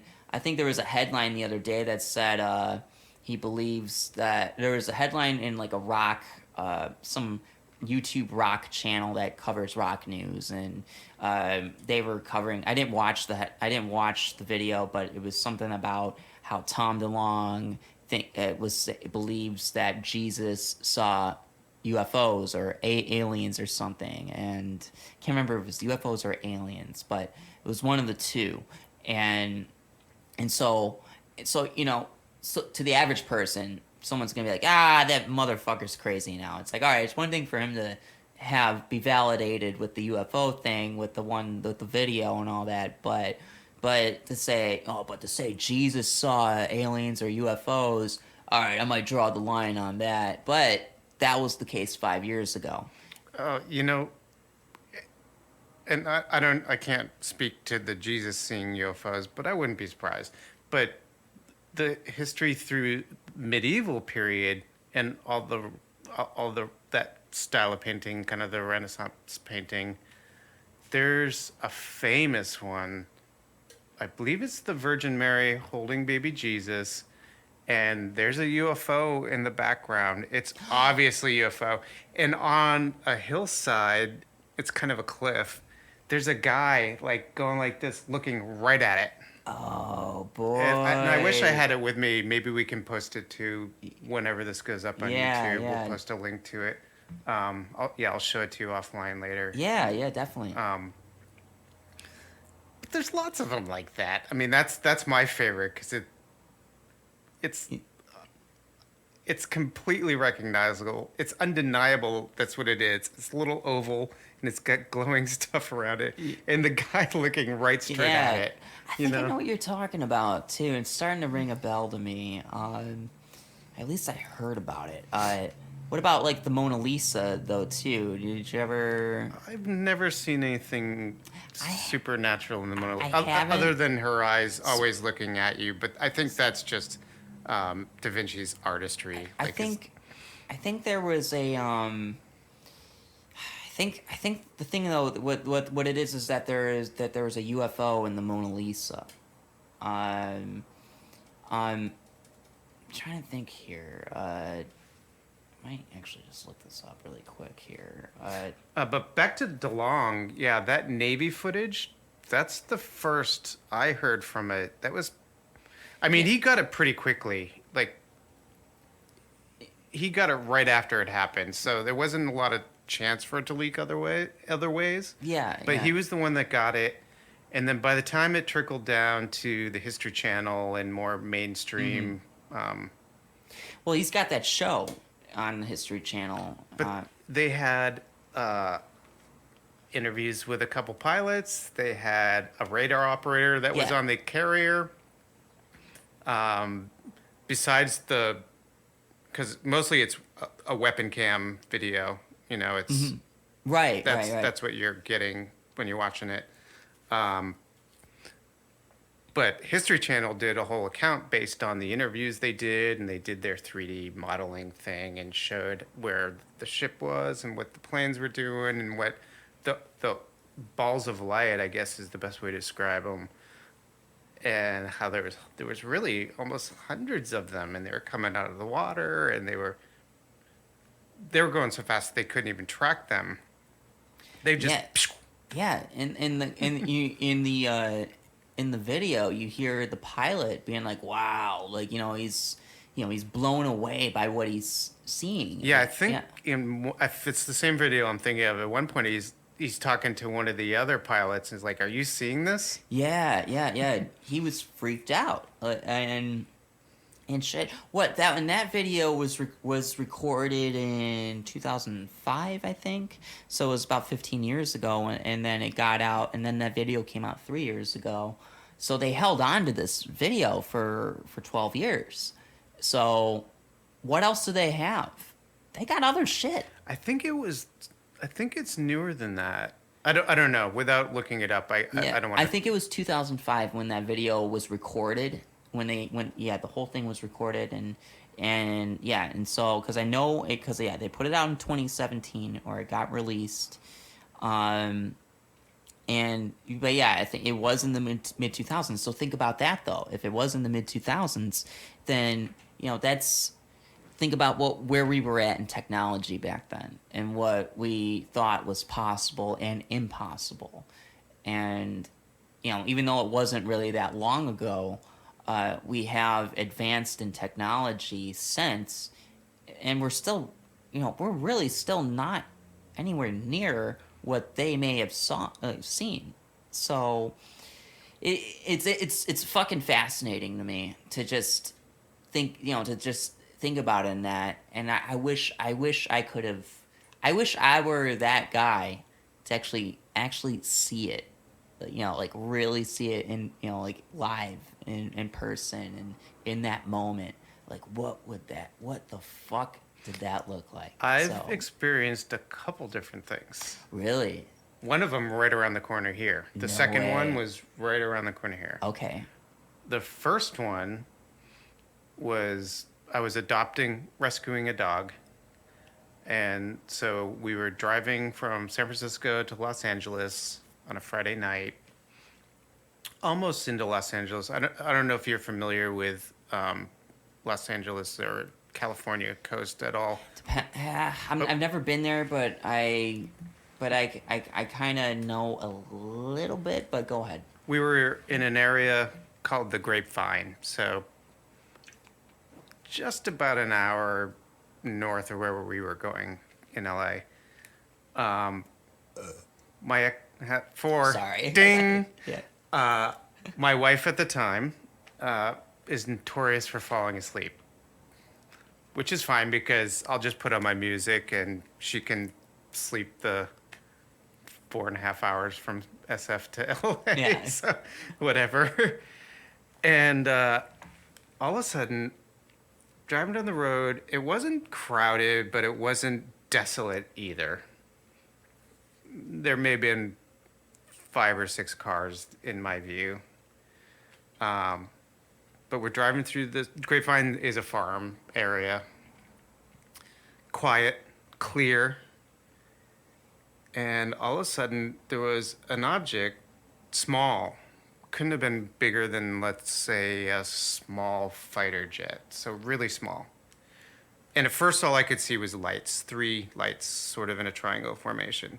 And it flew, we were headed south, so it was flying north on the southbound direction of I-5. and I think it was I-5. Could have been 101. I believe it was I-5 though. Then all of a sudden, and I'm watching through my sunroof and trying to watch through my rear views, but also, navigating the freeway, staying safe. And then it flipped around and went south down the northbound lane. And up about a mile ahead was an overpass bridge. Again, out in the middle of nowhere, rural. And it went up, it turned and went vertical, and it was it was a moonlit night. There was enough light in the sky from the moon. And that's when I could make out the shape. It was like a triangle shape. But again, it was small. It couldn't have been bigger than this room. No way, really? Yeah, probably about this size. And just for the record, my room really isn't. I live in a studio apartment, so where we're located, or where we're doing this is in a pretty tiny place. I couldn't give you the dimensions exactly, but small as fuck. So anyway, continue. A small fighter jet. Yeah. Okay. But no noise. No noise. No propulsion, like gases out the back or anything like that. So it went up and down the lanes a couple times, and then it did that turn vertical that I said, and then it went over into one of the fields and stopped like a helicopter. Just stopped. No Whoa. slow down or anything. Stopped, and then all of a sudden, boom! It shot a light out the bottom of it, a spotlight. What the fuck? That lit up the whole field. What? It lit up the whole field. And it didn't ever land or anything. And then it turned the spotlight off and then just went east. Which, to this day, I don't know what it was. The Grapevine area, there's military base not too far from there. So I chalked it up to military. Before, really, we were doing drones as much as we are now. And it definitely wasn't a quadcopter type drone. And it wasn't like a Predator drone that we do airstrikes with, because it's just stopped. How does it just stop? Yeah. Whoa. But I also didn't feel like it was alien. I felt like it was ours in some capacity. Mm-hmm. But what was the technology? No idea. That's the question. Yeah. No idea. Yeah. Well, that kind of goes into Bob Lazar with what he saw at Area 51, and how supposedly U.S. government had acquired this technology. We can say alien technology.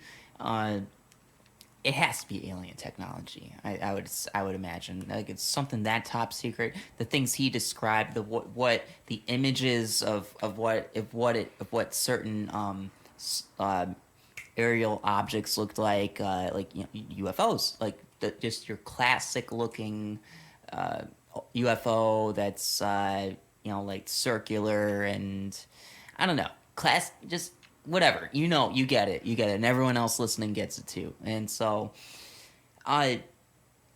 so what that could be is maybe something was discovered a long time ago, and what you saw was maybe the government using that technology and using it for their own type of plane or whatever you want to call it.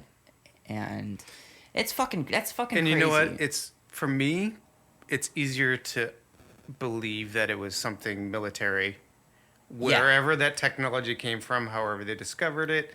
I don't know. I didn't really get the feeling that it was an alien, because what it was doing,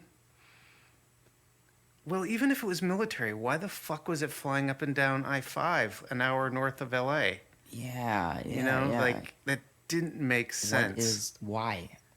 And so this was quarter to 11 at night, 10:30, 11 at night. So it wasn't even really that late. Not that late, too. Like, What was the what's the other story that you have? Oh, too? The other one was right down the street. Oh my God, I gotta hear this. I was walking my dog, it was wintertime, and it was one of those clear Portland nights where it wasn't raining, so you could actually see stars and everything. And I'm always looking up in the sky because I just love seeing constellations. you I on love that. the planets. Yep, I'm with you on that. I'm curious to see something, which other than that time in California, I'd never seen anything. And I'm walking in this. I don't think you know where I live, but I live really close to the place where we met. Yeah. Pretty dark streets, a lot of side streets that don't have streetlights, so you can see the sky pretty easily, even though it's Portland. And I look up, and I see what looks like two stars, but even though they're size of stars and they're white, they weren't twinkling.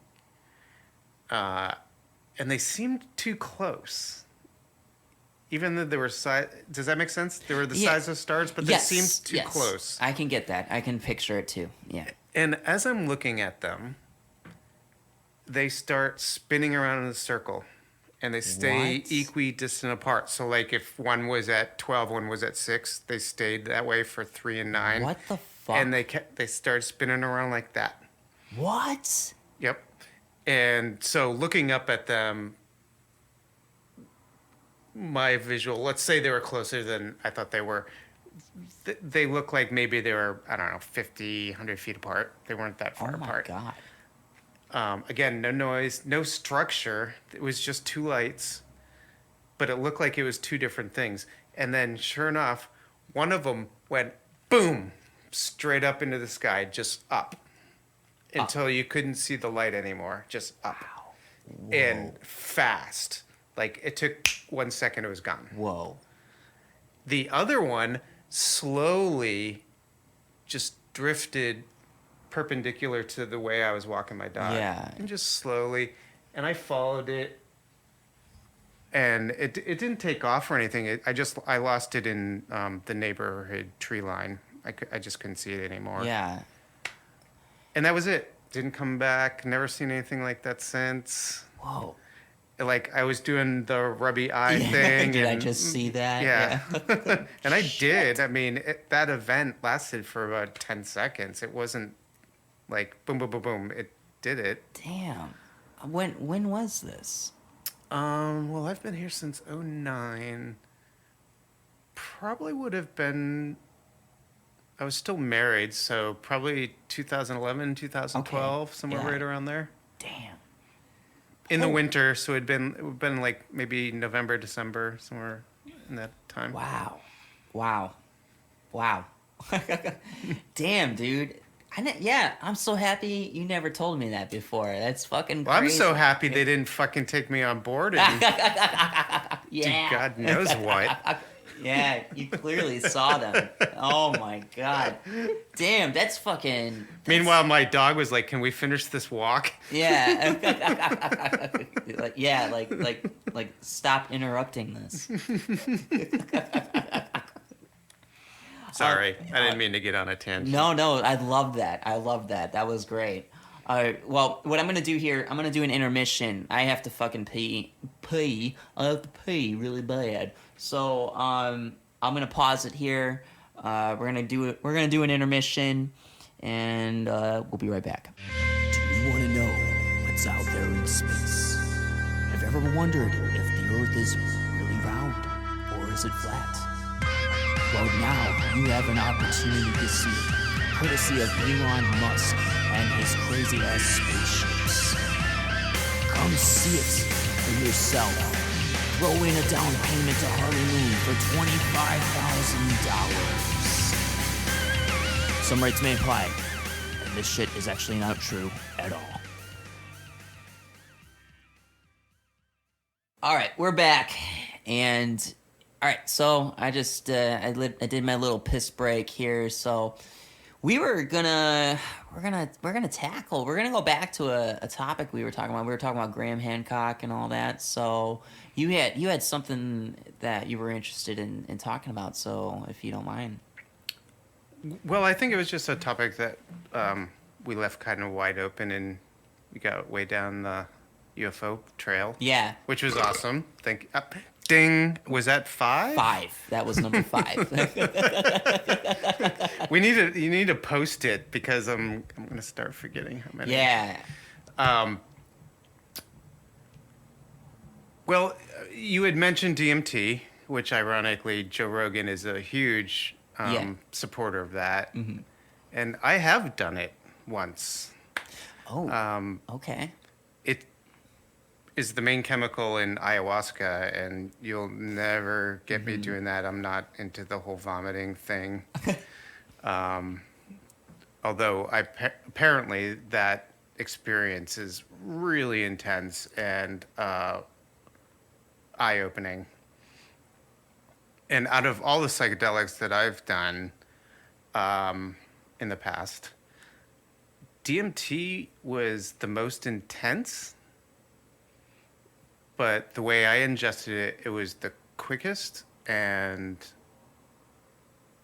when it was over, it was over. So for me, I was up in Northern California quite a few years ago on a lake, a Labor Day kind of getaway with a bunch of friends on this teeny tiny little island. Again, using your apartment as a reference, it wasn't much bigger than this. And there's a couple tents and the houseboat, like a tiny little teeny houseboat that you rent, pulled up to it. And at the time, it was a bunch of guys that were pot growers, medical pot growers in Northern California. And I was single at the time, but some of them had girlfriends, so it wasn't, Anyway, sitting, looking among the stars, one of my buddies came up. He's like, "Have you ever done DMT?" And I'm like, "What's that?" Oh, and boy. he had it in this powdered form that he put on top of a bowl, a pot. So with the weed. With the weed. Okay. Which I haven't smoked pot in 3 years now. I'm getting too old for drugs, but back then I was not only a grower, but I smoked every day, all day. I'm not afraid to admit that, either of those stories. Right. It was extremely visual. It hit me instantly, and I'm sitting here in a black sky in the middle of nowhere, no streetlights, so it was a black sky and bright stars. And those stars started making these patterns like almost you'd see in a fabric, like a graphic fabric. Like it was all in my mind. Yeah. And probably my eyes twitching really quickly. Like, it wasn't happening in the sky, I can tell you that. But I was so awestruck because I've had quite a bit of experience with LSD and mushrooms. Neither of them really gave me visuals like people portray in movies, and I mean, colors get vivid and blah blah blah, things like that, and your perception's definitely altered, but nothing like what this DMT was doing. And unlike acid, where your mind's affected, I was clear as a bell. It was all visual. And it came on with a snap. 5 minutes later, boom, right back to reality. It just stopped. Oh, the man. weirdest thing. Just like that? Really? And I guess that really doesn't... I just wanted to share that experience with you because we were talking about DMT a little bit I've always earlier. Been curious about it. And I've sought it out after that, but like I said, I'm not going to go do the ayahuasca because I'm not into the vomiting thing. And I don't really know if I trust a source that I don't know. So Of course. if it comes across my path with someone that I trust in the future, I'm down for it. But I'm also getting too old to play with that stuff anymore anyway. How long was the trip? That 5 minutes. 5 minutes. Well, I perceived it as 5 minutes, and I asked my buddy, and he confirmed, it was about 5 minutes. Yeah. It's just instant on, instant off. Wow. And within that 5 minutes, more visuals than I've ever seen. Did, did you think that you learned something from that? No, No, it was too no. So short. it was just an And I didn't go in with an intention. I think if you're to learn something, it has to be more of a ceremony. You have an intent, you plan it, yeah. you you have this set up, like you make your sanctuary, you know what's safe for you. Mm-hmm. You know, there's a ritual around it, whatever that ritual is for you. Mm-hmm. For me, it was more, I was still young at that time, youngish. And I was like, no, is it safe? Okay, you know. Um, but psilocybin here in Oregon got a good chance of passing, and I think it should. I think so too. Um, and I believe, although just kind of how medical cannabis has an obvious benefit, many obvious benefits, but there's a certain part of recreational users that flew within that spectrum. They flew within that radar zone to utilize the medical status to get pot legally. Same thing's going to happen with mushrooms. I think if it goes from medical to recreational, it's going to be much quicker than cannabis because cannabis paved the way. But I also believe that those studies about helping with depression and anxiety are probably real. Abso-fucking-lutely. Absolutely, without fucking question. Like I was telling you about with my experiences with mushrooms, is that it opened up some things for me about life, and it just really, it opened up my own personal universe, I guess, if you want to call it that. And if you get what I'm saying with that. So, like I always, so before I ever ate mushrooms, I just felt like, okay, well, my universe is what it is, and then I eat them, and it's just like an explosion where I'm like, oh shit, there is more to this life than what I have exposed myself to. That's number 6. And so Ding. yeah, and so and like I said, like it took for me to hit a really low point in life to actually just be like, all right, fuck it, I'm gonna do this. Like, what do I got to lose at this point? I really haven't explored much, in when it comes to psychedelics and all that. I did acid a couple of times, and that's whatever. All right, cool, whatever. I didn't really gain a whole lot from doing that, but mushrooms was like something that just felt really, I don't want to say wholesome's not really the word, but I guess it is in that realm. But it was something that felt more organic as far as reaching out to like spiritual kind of things and tapping into my own consciousness and really assessing my own life too at the same time. So it taught me a lot. It made me feel better. I did it a few times within like a month, and then I did it maybe a couple of times since then. And this was about 5 years ago, and when I did it for the first time,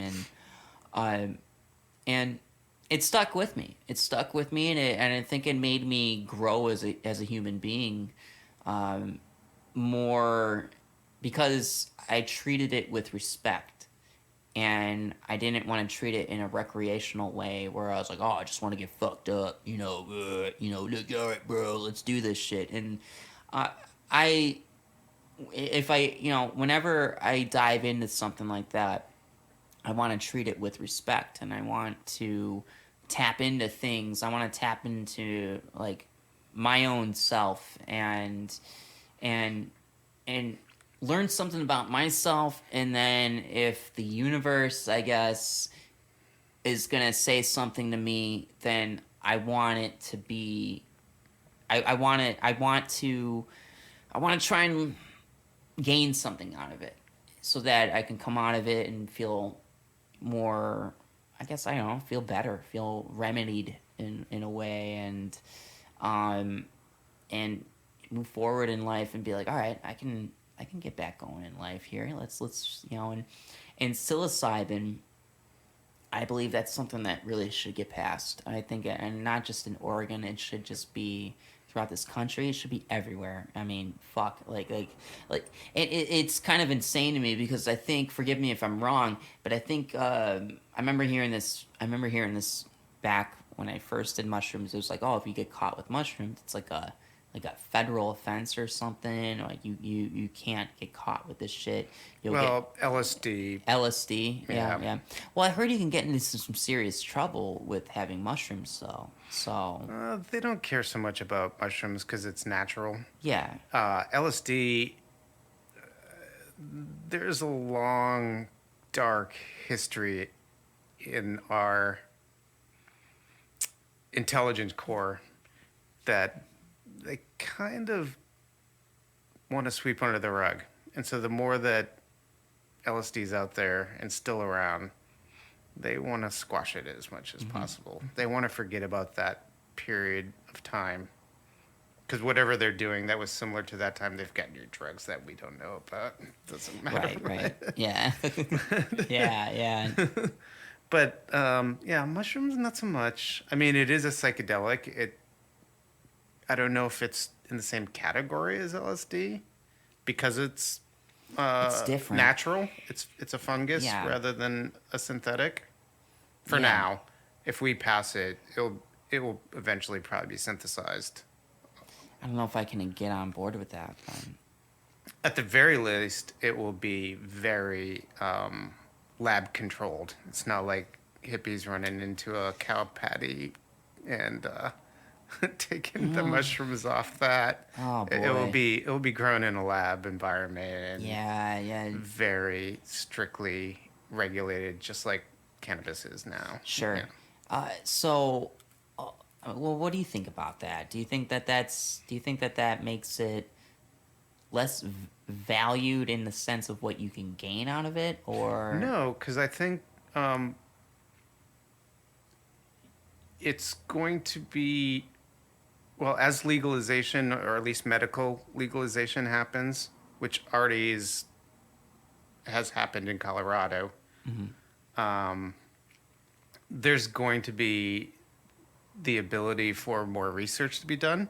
Maybe not on a federal level, just because the way our federal government deals with drugs that don't come from Pfizer or Yeah, right. not to name any of the other big ones, but you know what I'm Right, talking I about. get you. Yeah, yep, yeah. There'll be more research done, even if it's just through therapeutic sections, or however they do these studies. We'll learn about it, and we'll learn how to microdose. And it's not about getting fucked up, like taking in as much as you can to try to see some fucking elephant in the corner of the room. No, you're taking it for depression. Maybe it's a microdose, and maybe it's a microdose that you're taking all day, every day, that doesn't make you trip, right, for lack of a better word. Okay. But it just yeah, readjusts your brain chemistry. yeah. Okay, that makes a lot of sense. That makes a lot of sense because I've had friends of mine that have microdosed with mushrooms, and man, they've had some happy days. I'll say that, and without having to go too out of hand, and I've never done it like that.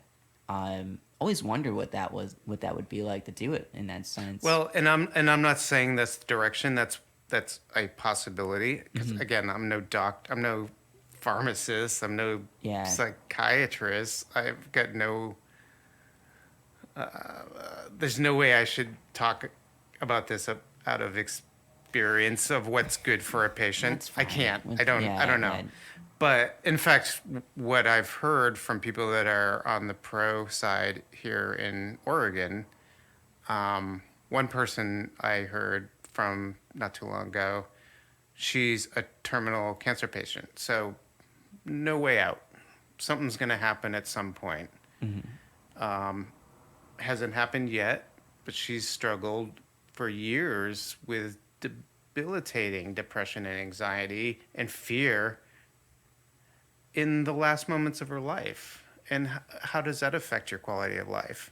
And in her instance, she unless she was simulcasting from Colorado, which I don't think she was, she's illegally using mushrooms in a controlled scenario here in Oregon under some sort of supervision. Didn't really go into what that was. But she said with one session, a psychedelic section with whatever she did, and this is psilocybin treatment, she got so much further with reducing depression and anxiety than talk therapy for a year. Wow.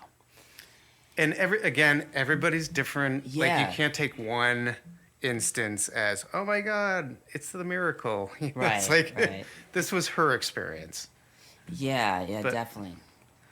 And it's something you can always make illegal again. If it doesn't work, if it starts to be abused. When was the last time you saw someone just like pot, when was the last time you saw someone robbing a bank or murdering someone on mushrooms? It just doesn't happen.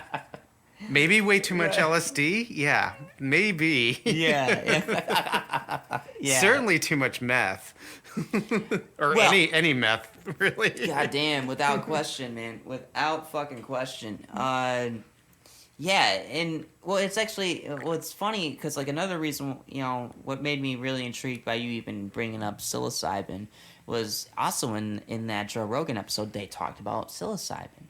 They talked about how they wanted, with having it legalized, to actually use it for people who are terminally ill to accept death and and get to be to be ready to face it and and that sort of thing. And shit, man, I'll say this, like if I'm ever in a position in life where I know the Grim Reaper's fucking lurking over. Yeah, he's knocking on the door. He's knocking on the door, right?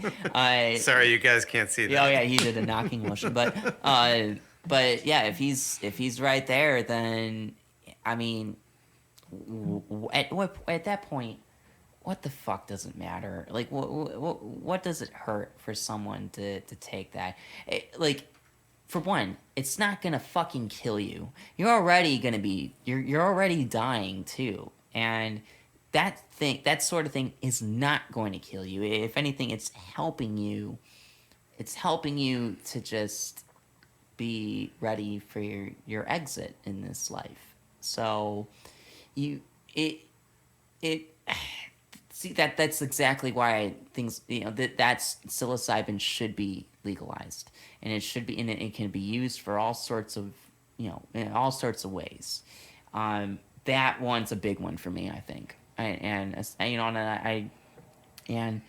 I think about certain people in my life who could end up in a position where they could be on their way out, and fuck, they should take it. They should fucking take it. I think that would become one of the most humane things you could ever fucking do. Well, and I also think out of all the psychedelics that I know about, and I'm far from an expert of what's out there in the world, but if you just take the top three, LSD, psilocybin, DMT, it's the easiest one to kind of regulate. Not necessarily governmentally, because they're going to do that, no problem, because they want their tax money. Mm-hmm. It will be regulated that way. Mm-hmm. But also regulate as how the dosing is. Like I told you about my experience with DMT. Like, do you think someone in their 60s that's never done a psychedelic in their life needs to start seeing things spin around and not understand why? And is that really helping them with whatever their issue is? Yeah. Maybe not. But my experience with the psilocybin, it's really light and gentle, and depending on how it's given, and I'm assuming it's probably going to be either capsules or drops, probably both, maybe even edibles. You're going to Yeah. start to regulate it just like cannabis. It can only have X amount per X, Y, or whatever, however you want to. So it's easy to control the dosage of that. And I don't know about you, but comparing an LSD experience to a psilocybin experience, they're completely different animals. They are. Yeah, they are. I agree. I agree with you. No, And LSD yeah. is again, it's a synthetic, and it's a very powerful drug. Yeah. And I've had good experiences on it. In fact, it did open my mind. Like when I took it way like 30 years ago, I was lost. I was disenfranchised. I was in my early 20s, in the early 90s, when everyone of our age was just like, just get beat down, you don't matter. You're nothing, you're a slacker, you're a loser. Like, how often was that told? And I believed that. And it was after that first LXD experience that my mind opened and was like, no, I don't have to believe what I'm told. Question everything. Yeah. Look yeah, yeah. in here. Trust what is in. I'm pointing at my heart. And trust what's in your mind. Yeah. Don't listen to what you're told. I mean, listen with a grain of salt.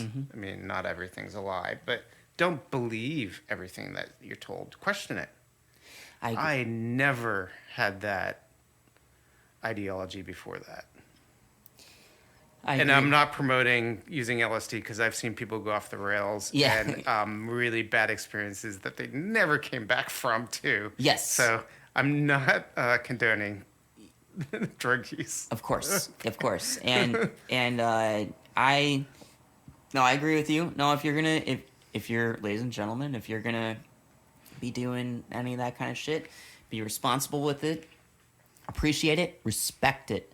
But yeah, like yeah,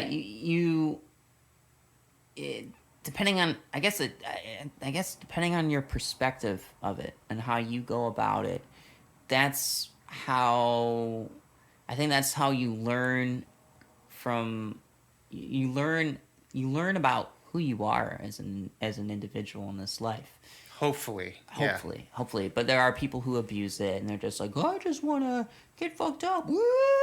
And, they go on this trip for 12 hours just doing woo! And they gain nothing out of it. For me, I'm all spirituality with it. Like I want to tap into who I am.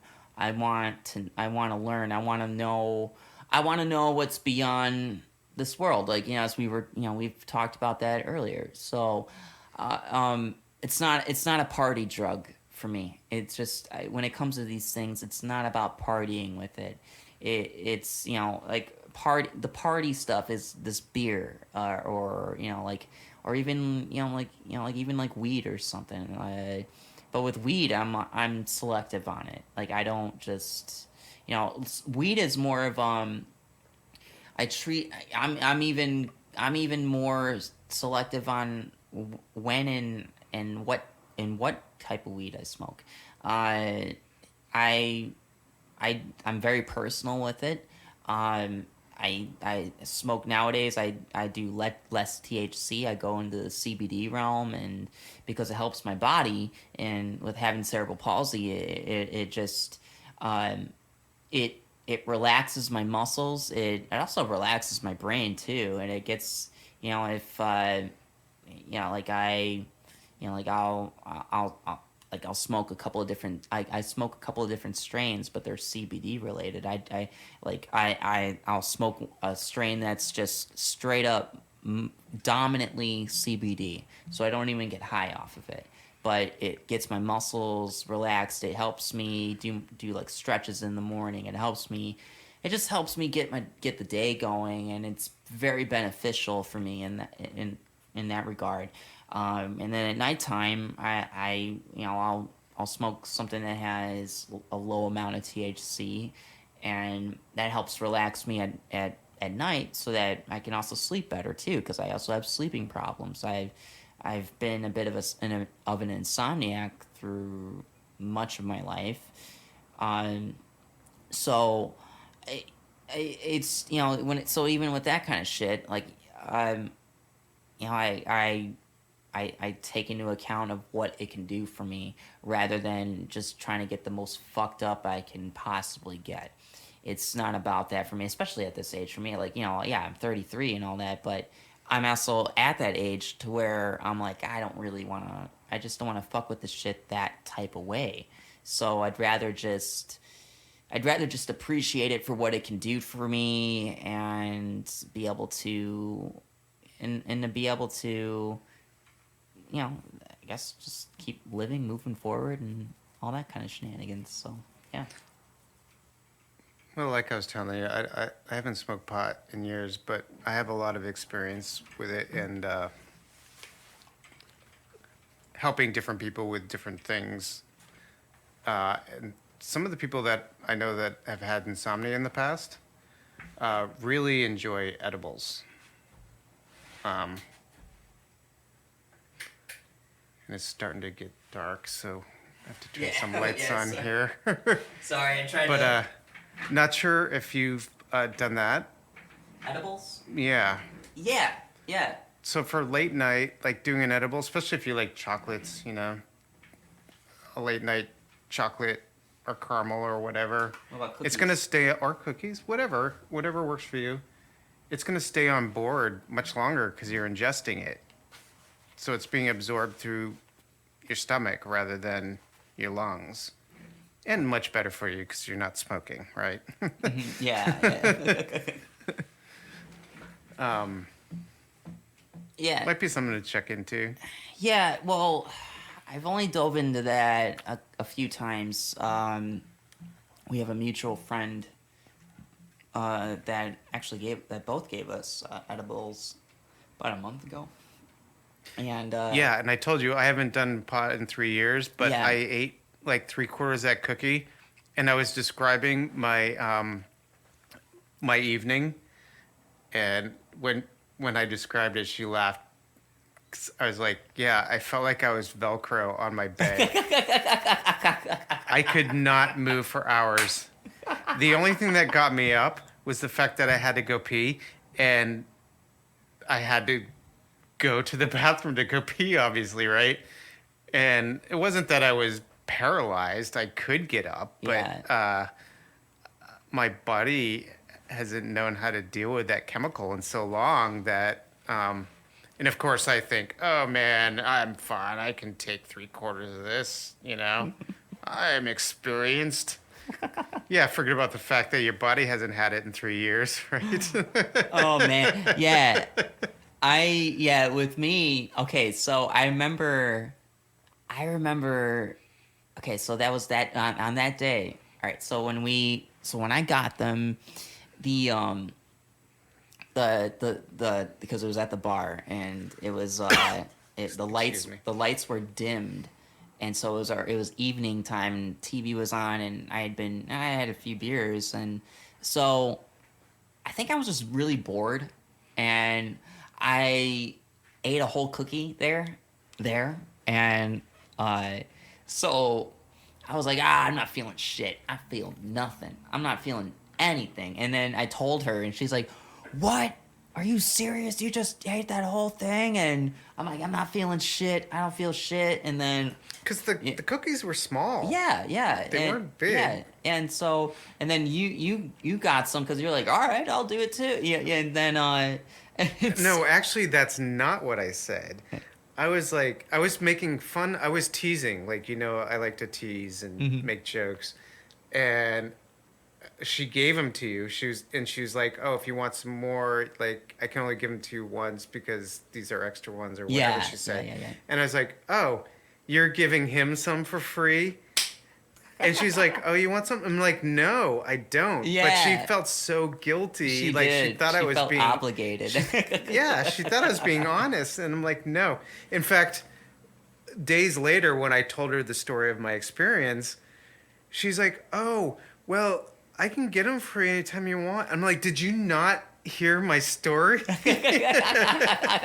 Like, no, Yeah. feeling like you're a piece of Velcro to your bed is not a feeling I enjoy anymore.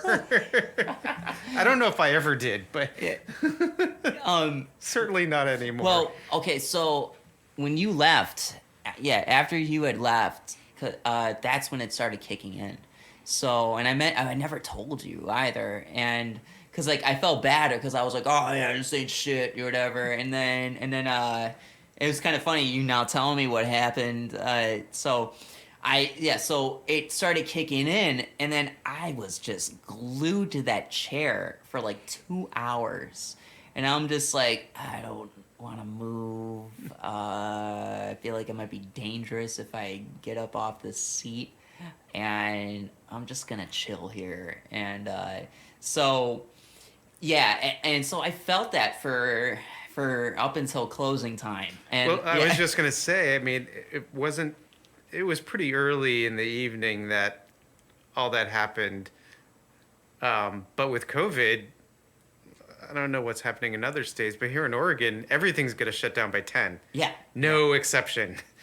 Yeah. Yeah. Everyone's out by 10. Yeah. So, like, that must have been an interesting walk home. It was because I think it had to have been probably around 6:30, 7 o'clock when I ate them, and it takes a while for it to kick in. So, and just right around closing time, I was like, fuck, all right, I'm ready to go now. But yeah, it was an interesting exit.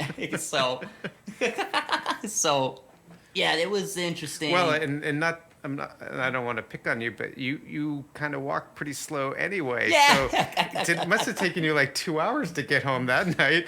I got home. I mean, I made it home. I don't remember getting home, but I got home, and I got home safely. But that was a lesson learned, to just be like, okay, I cannot fuck with that shit in public. Gotta be at home from now on. So yeah, that's But that said, for your insomnia, true. and maybe not eat a whole one, maybe a quarter. I did eat a little bit before going to sleep too, and so I ended up having I did have some weird fucking dreams from that. So I know we yeah. got to wrap this up soon, but Yeah. I would love that as a topic another time, because Yeah. I am way into dreams. Oh, me It's too. one of my favorite things We ever. Will, then you know what? That we're gonna bookmark on. We will bookmark that for next time for sure. So let's see here. We're at we've hit 2 hours. So you know what? I think we can leave it at that. So, okay, yeah. Josh, dude, thank you so much for coming over here tonight. Thank you so much for having me. Yeah. And you know what? Not nervous about podcasting anymore. There you go. You got your cherry pops here. So. Oh God, that's gross. Yeah. Yeah. All right. So I'll leave it at this here then. So I'm gonna cheers to you here, bud. Thank you, dude. Seriously, Josh, you're one of the smartest fucking people I have ever met, and it was I was so excited to have you here, and especially with you accepting the invitation. And I just knew that we were gonna have a really good fucking conversation, because we always do. We talk about this shit all the time anyhow, so it's like, why not have it fucking put it in a little podcast episode? And I think other people should, not to sound pompous or fucking full of myself, but these are conversations I wish that other people would have. And it is intellectual. I don't give a fuck what anyone says. This is intellectual. This is some actual shit. So, and I know I talk about other bullshit too in my other podcasts, and that's a whole other thing. That's fine. I will always do that sort of thing. But when it comes to stuff like this, always fucking down. So, I definitely, yeah, we will definitely do this again soon.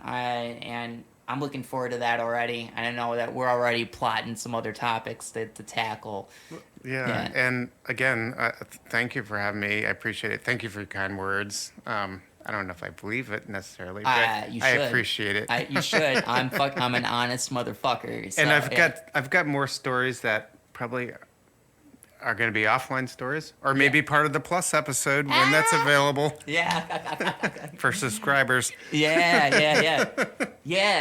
Okay. So, all right, I'm gonna sign off here then. All right. So, all right. That is it. I am Harley Moon, and this has been the On the Moon podcast.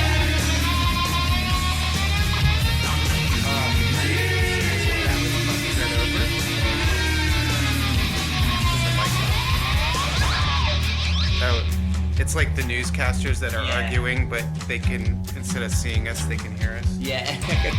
Dude, seriously, that was fucking...